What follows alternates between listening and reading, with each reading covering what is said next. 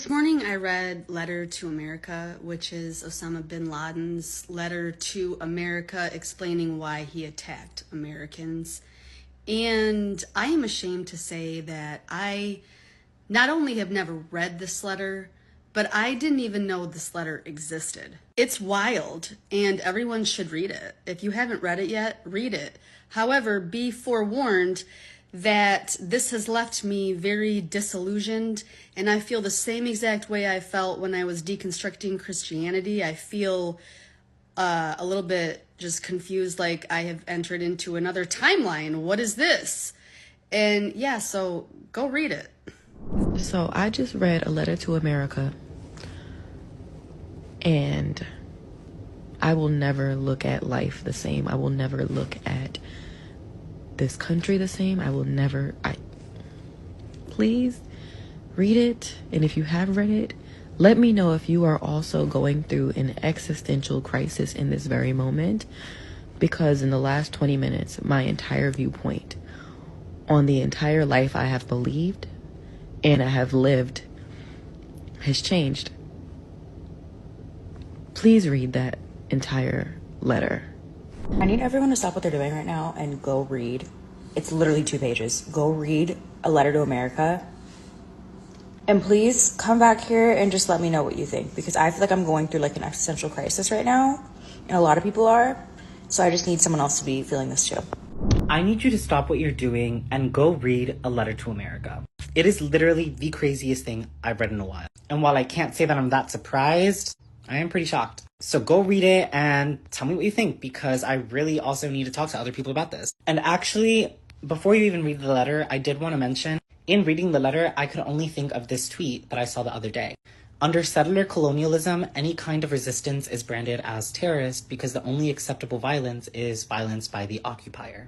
So this is fucking insane. I just read Osama bin Laden's Letter to America, which I will be going through right here, but it's actually so mind-fucking to me that terrorism has been sold as this idea to the American people, and honestly just so many Western inhabitants within certain nations, that this group of people, this random group of people, just suddenly wakes up one day and just fucking hates you, just wants you dead, wants you gone, and this is all because they believe that they're better than us. Like, that is the root of terrorism. It doesn't make sense. They just hate your fucking nation. But reading this letter, it becomes apparent to me that the actions of 9/11 and those acts committed against the USA and its people were all just the buildup of our government failing other nations. My voice just wants to leave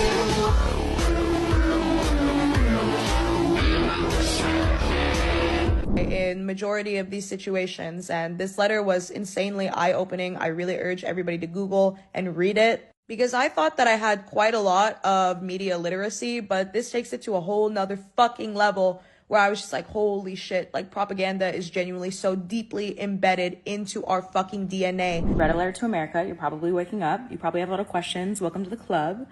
But we don't have a lot of time to sit and talk about everything because there's still so many puzzle pieces that we just do not know about. Go read A Letter to America. Like, seriously, go read it. Type A Letter to America in Google or whatever you use, then come right back. Because this makes a lot more sense. It explains so much, and I guarantee you it's going to blow your mind. And let's talk about it. So go read it, come back. Whew, it's a lot. It's a lot. My voice just wants to leave.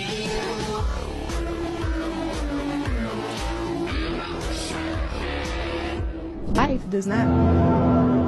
Oh my God. Oh my God. Hey. Are you even paying attention to me right now? I read Osama bin Laden's Letter to America. The way this letter is going viral right now is giving me the greatest sense of relief. If you're Muslim and you've lived in the US since 9/11, you know more truth than the typical citizen. Now it's all coming to light because of Palestine. Hey. Are you even paying attention to me right now? If you hear draining in the background, it's my laundry machine. I cannot believe I have to get on here and say this, but a lot of y'all are running rampant right now. The reaction to the Osama bin Laden letter has been a lot. So much so that the letter went viral and The Guardian had to take it down. Well, yes, he made some points in regards to America. I know we're fuck America right now, especially with the government.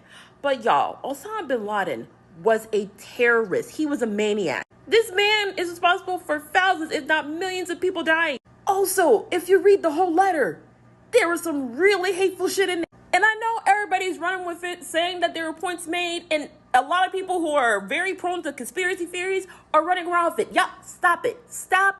That was a terrible person. Just because he made some points that you can agree with does not absolve them from being terrible. We've been saying this all month with the Elon Musk and Candace Owens and freaking Joe Rogans when talking about God. Please, for the love of God, do not forget what this man has done to the world. Do not give Osama bin Laden a rebrand. I can't believe we're even saying this. An interesting thing that's come out of Osama bin Laden's letter to America going viral on TikTok, and a disturbing number of Gen Z creators finding it interesting and enlightening, especially when it comes to Israel-Palestine, is the opportunity that it presents to demonstrate that the pro-Palestine narrative that Palestine is an Islamic Arab land that belongs to the allegedly indigenous Arab Muslims of the region and Jews are invaders and colonizers is actually an Islamicist, Islamic supremacist and Arab supremacist argument that is rooted in mythology and historical revisionism. According to the Islamic supremacist replacement ideology, Jews and Christians are not actually the legitimate Jews and Christians because Muslims are the inheritors of Moses, also Jesus. According to this narrative, Islam was not a new religion that emerged in the 7th century. The Prophet Muhammad was not a prophet with a new message, but rather Islam is the original religion of the first human and of all the prophets along the way.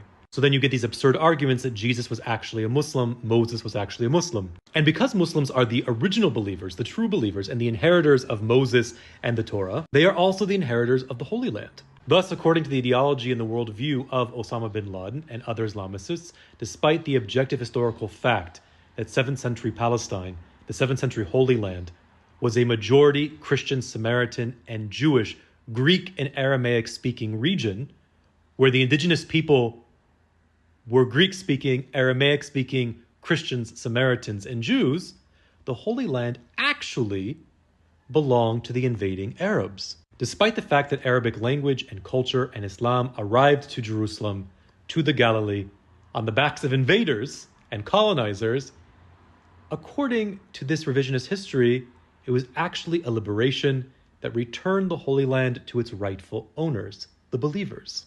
And it is precisely this historical revisionism, this fundamentalist Islamic supremacy, that is at the core, the very root of the Arab nationalist argument that Palestine is exclusively an Arab Muslim land in which Jews will always be foreigners and invaders.